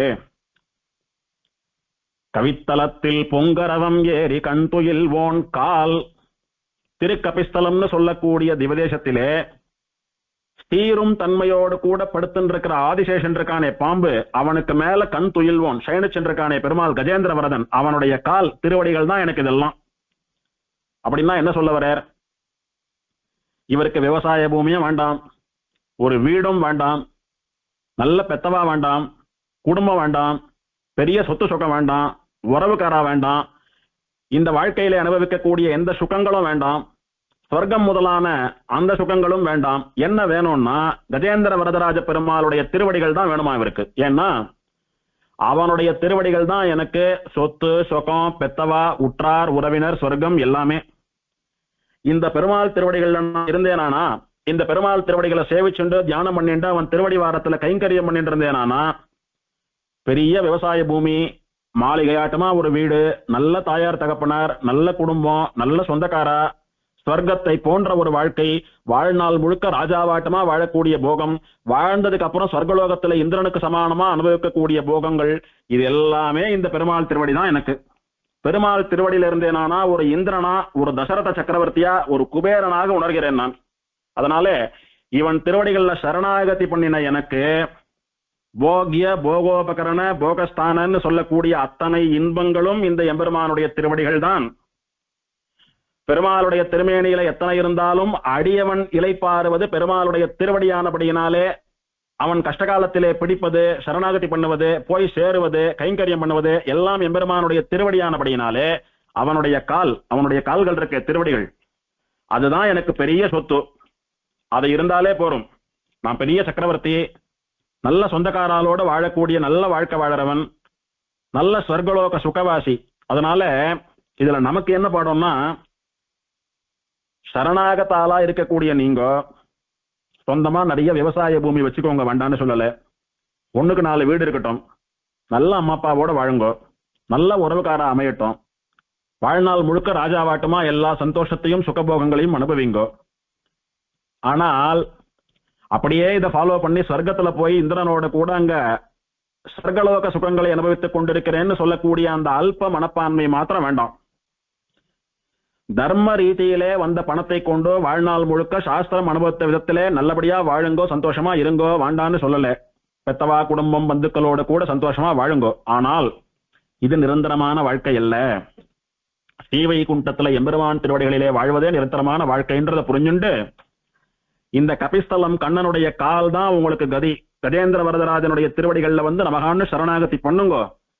வாழ்நாள் முழுக்க அனுபவித்த இன்பங்களை விட பல கோடி மடங்கான ஸ்ரீவைகுண்ட இன்பம் உங்களுக்கு காத்து கொண்டிருக்கிறது. சத்தியமாக அந்த மோட்சம் உங்களுக்கு கிடைக்கும். அதுக்காக தான் பெருமாள் வந்து இங்க சயனிச்சுருக்கார், காத்துன்னு இருக்கார் பெருமாள். எப்படி திருமலையில திருவேங்கடமுடையான் கால் கடுக்க நின்று இருக்கானோ அந்த மாதிரி இந்த எம்பெருமான் ஆத்தங்கர வெயிலையும் பொருட்படுத்தாம ஆத்தங்கரையிலே சயனிச்சுருக்கான். வந்து சரணாகதி பண்ணுங்கோ. பொங்கு அரவம் ஏறி கவித்தலத்தில் கண் துயில்வோன் அப்படின்னா கபிஸ்தலத்துல ஆதிசேஷன் மேல படுத்துட்டு இருக்கிற பெருமாள். அதுக்கு அரவம் ஏறி கவித்தலத்தில் கண் துயில்வோன்னு சொன்னா போறோம். பொங்கு அரவம்னா என்ன? அப்படி சீறி பாயிறது. என்ன கோபம் பொங்குறது, அப்படியே இப்படி பொங்கிட்டு கோபம் வருதுன்னு சொல்றோம் இல்லையோ, அந்த மாதிரி கோபம் அப்படி பொங்கிட்டு வருமா. யாருக்கு? ஆதிசேஷனுக்கு. எதுக்கு சுவாமி அவர் கோபம் வரணும்னா, ஆதிசேஷனை பொறுத்த வரைக்கும் பெருமாளை ரட்சிக்கிறது, பெருமாளுக்கு கைங்கரியம் பண்றது முக்கியமா. பெருமாள் வந்து தன் பேர்ல படுத்துட்டு இருக்கார், பெருமாளுடைய தூக்கம் களையக்கூடாது, பெருமாளுடைய திருமேனிக்கு ஒரு வாட்டம் அதிர்வெல்லாம் ஏற்படக்கூடாது. பெருமாள் அப்படி சுகமா ரிலாக்ஸ்டா சயனிச்சுட்டு இருக்கணும். யாரோ நாமளே பெருமாளை சேவிக்க போறோம், நாம கிட்ட போய் சேவிக்க வச்சா ஆதிசேஷனுக்கு ஒரு பயம் வருமா. என்ன பயம்னா, நம்ம பாதுகாப்புல நம்ம மடியில பெருமாள் படுத்துட்டு இருக்கார், வந்தவன் பெருமாளை ஏதானும் பண்ணிவிட்டா நமக்கு அபச்சாரமாச்சே, பெருமாள் தூக்கம் கெட்டு போயிடுமே, இது ரெண்டுமே நடக்கக்கூடாது. அதனால இவருக்கு இருக்கிற பயத்தினால நம்மள பயம் காட்டுற மாதிரி உஷு உஷுன்னு சீறு வரும். அந்த சீற்றத்தை பார்த்து பயப்படுவாளாம். ஏன்னா அவர் உஷு உஷுன்னு சீர்றச்ச அவருடையதான நாக்கில இருந்து விஷமோ அக்னி ஜுவாலைகளோ வருமா. அது ஏதானும் நம்மள பண்ணிட போறதுன்னு இவன் பயந்துண்டு ஓடுவான். இதெல்லாம் யாருக்கு நடந்தது? எம்பெருமானை ஏதானும் பண்ணிவிட வேணும் என்று எம்பெருமானை எதிர்க்க வந்த ராட்சசாலுக்கு, அசுராளுக்கெல்லாம் நடந்தது. திரு மெய்யம் ஸ்தல புராணத்துல சயனிச்சுட்டு இருக்கிற பெருமாள் விஷயத்துல அனுபவிச்சோம். இன்னைக்கும் போய் பார்த்தா மதுகைட்டபால புறத்தக்கூடிய ஆதிசேஷனுடைய அக்னி ஜுவாலைகள் பெருமாளுடைய மூலவருடைய திருமேனியில நன்னா சேவையாறது பார்க்க முடியறது அங்க. மதுவும் கைட்டபனும் பெருமாளுடையதான சக்திக்கு ஆதிசேஷனுடைய விஷஜுவாலைக்கு அக்னி ஜுவாலைக்கு பயந்துண்டு ஒன்னும் பண்ணிடாதேன்னு புறமிது கிட்ட கொண்டு கை காட்டி கொண்டு தப்பித்தால் பிழைத்தால் போறோம்னு ஓடுறா, தலைதறிக்க ஓடுறா. அதை பார்க்க முடியறது இன்னைக்கும். அந்த மாதிரி பொங்கி கோபத்தையோட சீரக்கூடிய அனந்தனம். எதனாலன்னா வரவன் நல்லவனா கெட்டவனான்னு தெரியாது. சுவாமி நெத்தில திருமணம் இருக்கா, சொரூபத்துல இருக்கா, நம்மளவா பக்தா பாகவதா இவாளை பார்த்து உங்களுக்கு என்ன பயம்னா, ராட்சசா கூட சில சமயத்துல என்னை ஏமாத்தி பெருமாளை ஏதானும் பண்ணணும்னு சொல்லி அந்த மாதிரி வேஷமிட்டு வருவா. இருந்தாலும் நான் கொஞ்சம் கேர்ஃபுல்லா இருக்கணும். வரவன் நிஜமாவே நல்லவனா உண்மையான பக்தனா இருந்தானா பெருமாளுக்கு ஒன்னும் ஆபத்து ஏற்படுத்தாம பெருமாளை சேவிச்சுட்டோ பேசாம போயிடுவான் அங்கிருந்து. அப்ப நான் ஒன்னும் பண்ணல. ஒருவேளை கெட்டவனா இருந்து வேஷம் போட்டு நான் நம்மளவன் தான் பாகவதன் தான் பெருமாளை சேவிச்சுட்டு இருக்கான் அப்படின்னு சொல்லி நான் கொஞ்சம் அசந்து போனேன்னா, அசந்த சமயமா பார்த்து பெருமாளுடைய தூக்கம் கலைஞ்சு போயிடுத்துன்னா, அனந்தனுடைய கவலை என்னன்னா பெருமாளுக்கு ஆபத்து வந்துடுமோன்னு இல்ல, பெருமாளுடைய தூக்கம் கலைந்து விடுமோ. பெருமாளுக்கு கூட ஆபத்து வருமா சுவாமி? எல்லாரையும் ஆபத்துல இருந்து விடுவிக்கிறவர் அவர் தான். அதனால பெருமாள் பார்த்துருவார். இருந்தாலும் உன்னை நம்பி உன் மடியில படுத்து தூங்கிட்டு இருக்கேன், நிம்மதியா கொஞ்ச நேரம் என்ன தூங்க கூட விட முடியாதா உன்னாலே? அவனை கொஞ்சம் பயம் காட்டி ரட்சிக்க மாட்டியா அப்படின்னு பெருமாள் நினைச்சுட்டாரானா ஒரு பக்தனுக்கு இது அவமானம் அல்லவா? ஆகையினால பகவான் நிம்மதியாக உறங்கட்டும் அப்படின்னு சொல்லி தன் மடியிலே தலை வைத்து சயனித்துக் கொண்டிருக்கக்கூடிய ஸ்ரீராமனுடைய தூக்கம் கலைந்து விடக்கூடாது என்கிற ஒரே காரணத்திற்காக தன்னுடைய திருமார்பிலே காகாசுரன் தன்னுடைய அலகாலே கொத்தி ரத்தம் அப்படியே ஆறா போய்கிட்டு போதும், சுவாமி என்னை இவன் மாறல குத்திட்டான், ரத்தமா வழியறது, எனக்கு வலிக்கிறது, வைத்தியம் பண்ணணும், உடனே எழுந்துருங்கன்னு பதறி போய் ராமனை எழுப்பாம என்ன ஆனாலும் அவர் நிம்மதியா தூங்கணும்ன்றது முக்கியம்னு சொல்லி பேசாம இருந்தாலே வழியை பொறுத்துண்டு சீதா பிராட்டி அவளுடைய ஸ்தானத்திலே ஒரு பத்னியை போல ஒரு பதிவிரதையை போல ஒரு கற்புடைய பெண் எப்படி கணவனுக்கு தன் உயிரையும் பணயம் வைத்து காவல் காத்து கைங்கரியம் பண்ணி அவனுடைய போகத்திற்கு அவனுடைய தூக்கத்திற்கு தடயங்களா இருக்கக்கூடாதுன்னு நினைச்சுட்டு இருந்தாலோ சீதா பிராட்டி, இத்தனைக்கும் ஈஸ்வரி அவன் நினைச்சா என்ன வேணாலும் பண்ணிருக்கலாம். காகாசுரனை என்ன வேணாலும் பண்ணிருக்கலாம். இருந்தாலும் பெருமாள் தூக்கம் கலைஞ்சிடக்கூடாது. கடைசியா எப்படி எழுந்துட்டார் பெருமாள்? பிராட்டி திருமார்பில இருந்து வழியக்கூடிய ரத்தனமானது அப்படியே வெள்ளமாட்டம் போய் பெருமாள் காலில் பட்டு ஏதோ நம்ம காலில் சில்லுன்னு படுறதேன்னு எழுந்து பார்த்த போது பதறி போய் காகாசுரனை ஏவி பெருமாள் பிரம்மாசுரத்தை விடுறார். அந்த பத்னியினுடைய ஸ்தானத்துலதான் பகவானுக்கு பாகவதன் கைங்கரியம் பண்ணணும். நாம எல்லாம் எப்படி சீதா பிராட்டி எப்படி கண் மூழ்ச்சிடக்கூடாதுன்னு அத்தனை சித்தமா அத்தனை கஷ்ட காலத்துல இருந்தாலோ அந்த மாதிரி பெருமாள் கண் மூழ்ச்சிடக்கூடாது, அவர் தூக்கத்துக்கு ஒரு இடைஞ்சலும் வரக்கூடாது, அவர் யோகத்துக்கு ஒரு பங்கமும் ஏற்படக்கூடாதுன்னு அத்தனை உஷாரா இருக்கானோ ஆதிசேஷன். அதனாலதான் அப்பப்ப உசுன்னு சீரிண்டு பொங்கிட்டு இருக்கானோ. அப்படி பொங்கரவமேரி கவித்தலத்தில் கண் துயில்வோன் அப்படின்னு இந்த எம்பெருமானுக்கு திருநாமம். பிள்ளை பெருமாள் ஐயங்காருடைய மங்களாசாசனம். இப்படி ஆச்சரியமான இந்த எம்பெருமானை விஷ்ணு ஸ்தலாதர்சமானது தியான ஸ்லோகத்தினாலே வர்ணிக்கிறது. கிராஹகிரஸ்த கஜேந்திர மோக்ஷ வரதோ ரமாம நிர்ணாயிகா புண்ணியம் யோம விமானமத்ர விமலம் தீர்த்தம் கஜேந்திரஸ்ய ச தீரே தஸ்ய கபிஸ்தலே ஜலதிஜா நீலாதரா பிரேயசி நித்யம் சம்ரமயன் பனீஸ்வரவதனௌ ஸ்வேதே சுகம் பிராங்முகः. கிராஹகிரஸ்த கஜேந்திர மோக்ஷ வரதः, முதலையாலே யானையினுடைய கால் கவ்வப்பட்டது. யானையினுடைய கால் முதல வாயில சிக்கிண்டு தவிக்கிறது. அதனால துடிக்கக்கூடிய கஜேந்திரனுக்கு ஆபத் சமயத்திலே ஓடி போய் சேவை சாதித்து அந்த முதலையை லாவகமாக தன்னுடைய சக்கராயுதத்தினாலே கஜேந்திரனுக்கு எந்த ஆபத்தும் ஏற்படாதபடிக்கு சம்ஹாரம் பண்ணி கஜேந்திரனை ரட்சித்து அவன் பிரார்த்தனையின் பேரில் அவனுக்கு மோட்சமும் கொடுத்த எம்பெருமான் இந்த கஜேந்திர வரதன். இந்த கஜேந்திர வரதராஜ பெருமாள் ரமாமணி நாயிகா, மங்கையர் குல திலகம்னு சொல்லக்கூடிய ஸ்திரீ ரத்தனமான ரமாமணி வள்ளி நாச்சியாரோடு கூட புண்ணியம் யோம விமானம், பரம புண்ணியமான கோபுர தரிசனம் கோட்டி புண்ணியம்னு சொல்லக்கூடிய ரீதியிலே விமானத்தை சேவித்தாலே கோட்டி புண்ணியங்கள் நமக்கு ஏற்படுறது, பெருமாளை சேவித்த பலன் கிடைக்கிறது என்று சொல்லும்படியான பரம புண்ணியமே வடிவெடுத்த வியோம விமானம்னு சொல்லக்கூடிய ககனாகிருதி விமானத்தினுடைய நிழலிலே அத்ர விமலம் தீர்த்தம் கஜேந்திரஸ்ய தீரே, பரம பவித்திரமான கஜேந்திர தீர்த்தம்னு சொல்லக்கூடிய கஜேந்திர புஷ்கரணி கரையிலே, அதாவது கஜேந்திர வைபவம் கஜேந்திர வரதம் அப்படின்னு சொல்லக்கூடிய எம்பெருமானுடையதான வைபவம் கஜேந்திர மோக்ஷ லீலை நடந்ததான அந்த புஷ்கரணி கரையிலே தஸ்ய கபிஸ்தலே, அந்த ஹனுமானுக்கு அனுகிரகம் பண்ணினதான கபிஸ்தலம்னு சொல்லக்கூடிய க்ஷேத்திரத்திலே ஜலதிஜா, ஜலத்திலிருந்து தோன்றிய தாமரை, அந்த தாமரையிலிருந்து தோன்றிய பிராட்டி, அதாவது லக்ஷ்மி தேவி, ஸ்ரீதேவி பொற்றாமரையால், நீலாதேவி, தரா பூமி பிராட்டி, ஸ்ரீதேவி, நீலாதேவி, பூமாதேவின்னு சொல்லக்கூடிய பிரேயசி பிரியமான பத்தினிமார்களோடு கூட, அதாவது பெருமாளுடைய 3 பத்தினிமார்களும் இங்க பெருமாளோட கூட சேர்ந்து சேவை சாதிக்கிறா. நித்தியம் சம்ரமயன்னு பனீஸ்வர தனௌ சேதே சுகம் பிராங்முகா, அரவரச பெருஞ்சோதி அப்படின்னு சொல்லக்கூடிய அனந்தனுடைய திருமேனியிலே, திருவனந்தாழ்வானுடைய மடியிலே சுகமா சேணிச்சென்றிருக்கான் பெருமாள். நம்ம கண்ணுக்கு ரொம்பவும் அழகாக காட்சி தருகிறான். என்னைக்கோ ஒரு நாள் காட்சி கொடுத்தவன் அல்ல, நித்தியம் நாம் எல்லாம் சேவிக்கும்படியா, நேற்றும் சேவிச்சுட்டு இருந்தோம், இன்னைக்கும் சேவிக்கிறோம், என்னைக்கும் சேவிக்கும்படியா அழிவில்லாமல் நித்தியம் சேவை சாதிக்கக்கூடிய பெருமாள். எப்படி சேவை சாதிக்கிறான்னா, கிழக்கு பார்த்தபடி சேணிச்சென்று சேவை சாதிக்கிறான் பெருமாள். எம்பெருமான் கபிஸ்தலம்னு சொல்லக்கூடிய இந்த திவதேசத்திலே கஜேந்திர புஷ்கரணி கரையிலே வியோம விமானத்தினுடைய நிழலே ரமாமணி வள்ளி நாச்சியாரோடு கூட கஜேந்திர வரதனா ஆதிசேஷன் பெயர்ல ஸ்ரீதேவி, பூமிதேவி, நீலாதேவி இவா 3 பேரும் கைங்கரியம் பண்ணும்படியாக கிழக்கு நோக்கிய திருமுக மண்டலத்தோடு கூட அத்தனை அழகாக சேவிப்பவாளுடைய ஹிருதயத்தை வசீகாரம் பண்ணக்கூடிய அழகோடு கூட எம்பெருமான் சயனித்துக் கொண்டிருக்கிறான் அப்படின்னு ஸ்தலபுராண ஸ்லோகம். கிராஹகிரஸ்த கஜேந்திர மோக்ஷவரதோ ரமாம நிர்நாயிகா புண்ணியம் வ்யோம விமானமத்ர விமலம் தீர்த்தம் கஜேந்திரஸ்ய ச தீரே தஸ்ய கபிஸ்தலே ஜலதிஜா நீலாதரா பிரேயசி நித்யம் சம்ரமயன் பனீஸ்வரதனோ ஸ்வேதே சுகம் பிராங்முகः. ஸ்ரீமதே ரமாமணி வள்ளி நாயிகா சமேத ஸ்ரீ கஜேந்திர வரதராஜ பரபிரம்மனே நமः. ஸ்ரீரார்த்தூப்புள் திருவேங்கடமுடையான் திருவடிகளே சரணம். இதோட கபிஸ்தலம் திவதேச வைபவம் முடிஞ்சது.